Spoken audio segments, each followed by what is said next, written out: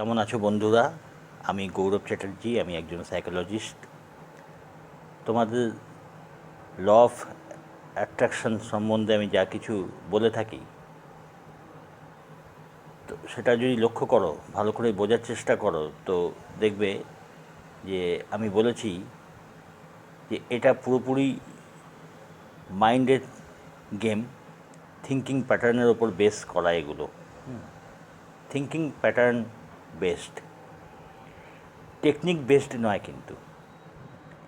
এই পুরো জিনিসটাই কিন্তু কীরকম মানুষের থিঙ্কিং প্যাটার্ন রয়েছে, সেরকমভাবে মন তৈরি হয়, সেরকমভাবে অবচেতন মন তৈরি হয়, সেইভাবেই অবচেতন মনে যা যায় সেইভাবেই অ্যাকর্ডিংলি সেটা বাইরে প্রেজেন্ট করা হয়, প্রেজেন্ট হয়ে যায় আর কি। আমাদের অবচেতন মন আমাদের থিঙ্কিং প্যাটার্ন, আমাদের বিশ্বাস, এগুলোকে নিয়ে সেই অনুযায়ী রেজাল্ট বাইরে প্রডিউস করে। এটাই মূল থিওরি এর।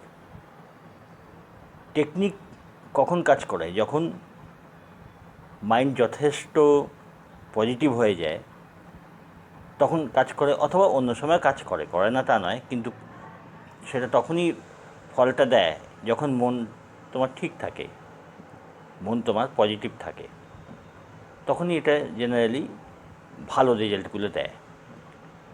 কিন্তু যদি ভয়, উৎকণ্ঠা বা অনিশ্চিত ভেতরে একটা থাকলো, দ্বন্দ্ব থাকলো, সেই অবস্থায় ভালো রেজাল্ট কী করে মন দেবে?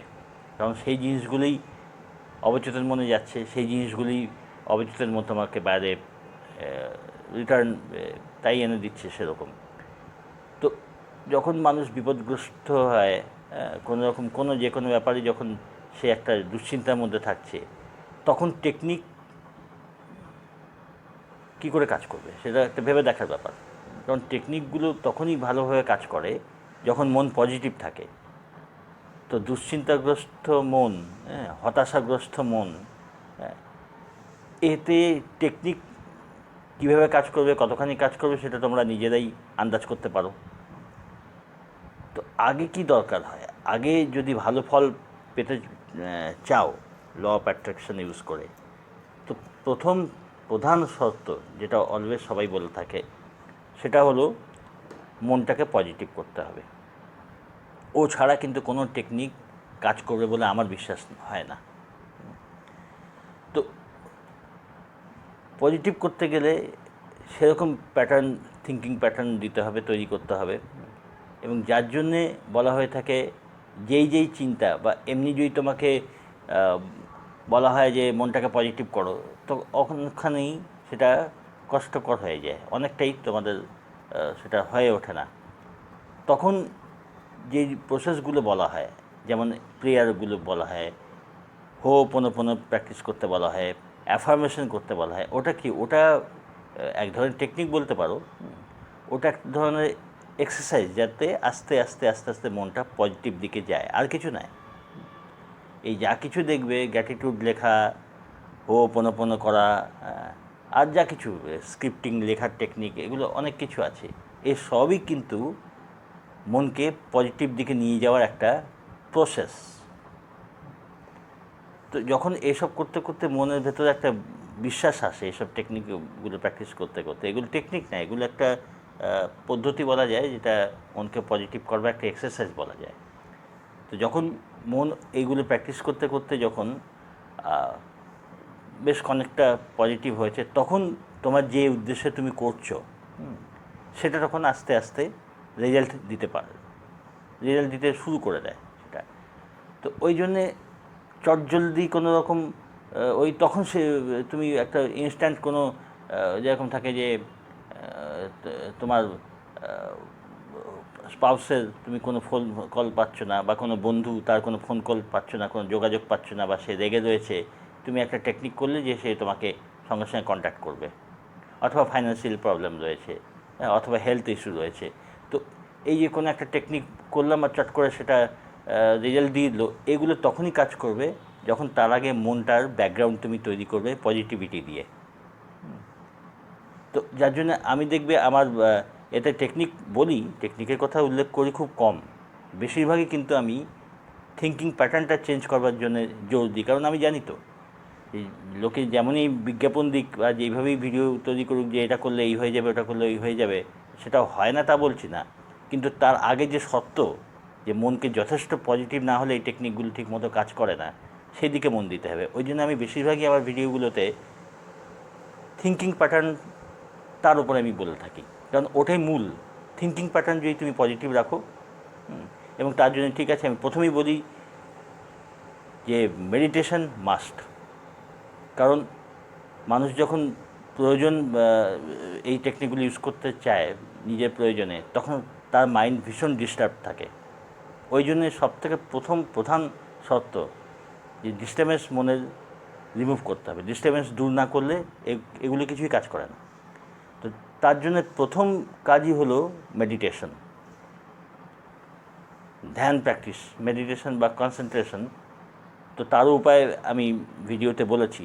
তো 2 বেলা বেশ খানিকটা সময়, 10 মিনিট 15 মিনিট বলা হয়, কিন্তু আরও বেশি লাগে, কিন্তু মিনিমাম 20 মিনিট তো করাই উচিত। 20 মিনিট, আধ ঘন্টা, 1 বেলা, 2 বেলা, 2 বেলা হলেই বেশি ভালো। তো এটা হল প্রধান শর্ত। এবং দ্বিতীয় উপায় আমি বলে থাকি যে ঠিক তুমি যেই জিনিসটা চাইছো, যেরকম রেজাল্ট পেতে চাইছো, মনের ফোকাসটা সেই দিকে রাখার। এবং তৃতীয় হলো তার পজিটিভ সাইডগুলো দেখার। মানে কোনো রিলেশনশিপ খারাপ চলছে বা মানিটারি কোনো প্রবলেম রয়েছে, তো আমি যে জিনিসটা চাইছি, আমি মনটা সেই দিকে রাখবো যে রিলেশনশিপ ইমপ্রুভড হয়েছে, হ্যাঁ, monetary condition, economic condition improve হয়ে গেছে আগের থেকে, আমি তো এটাই চাইছি, হ্যাঁ। তো আমি সেই দিকে, আমার হেলথ ভালো চাই, মানে ভালো আমি পেতে চাইছি, তো আমি চাইছি আমার সুন্দর সুস্থ হেলথ, আমি সেই দিকে মনটা রাখবো। এটা করতে করতে কিন্তু উল্টো চিন্তা করলে চলবে না, যে কী জানি হবে কি না, বা কোনো রকম নেগেটিভ চিন্তা কী জিনিস তোমরা খুব ভালোই জানো। একদম ঠিক যেই জিনিসটা চাইছি ওই জিনিসটাই কিন্তু ভাবতে হবে, মনটা রাখতে হবে, ওইভাবেই ভিজুয়ালাইজ করতে হবে, চিন্তা করতে হবে, এটাই। আর তারপরে পজিটিভ অ্যাসপেক্ট লেখা যায়, সেটা ডিটেলস জিনিস, কিন্তু ওটা হলো তুমি যে জিনিসটা চাইছো তার গুণাগুণ।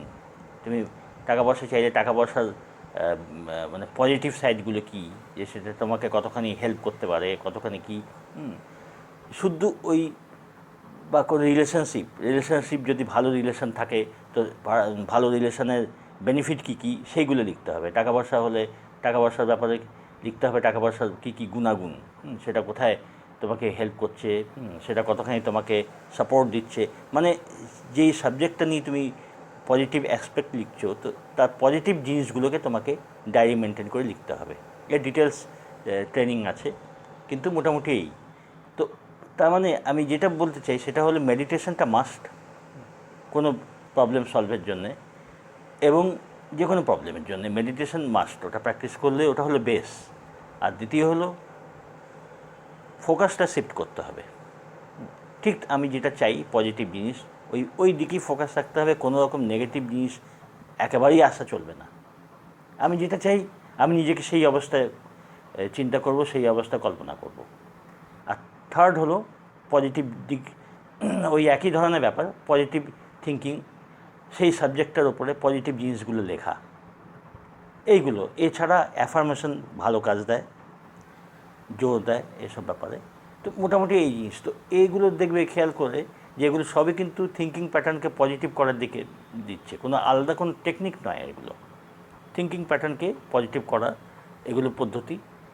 এটা যখন আস্তে আস্তে কাজে মন যখন অনেকখানি পজিটিভ হয়ে যায়, তখন অন্যান্য যেসব চটজলদি যেসব নিয়মগুলো, যেসব টেকনিকগুলো হয়, কোনো জিনিস ঠিক করে কারো ফোন কল পাওয়া, কারো টাকা পয়সার ব্যাপারে কোনো বিশেষ কোনো তুমি লাভ পেলে, এইসব অনেক টেকনিকগুলো ওই হয়, সেটা পরের কথা। কিন্তু আগে প্যাটার্নটা থিঙ্কিংয়ের পুরোপুরি চেঞ্জ করতে হবে, আর তাতেই ভালো উপকার পাওয়া যায়।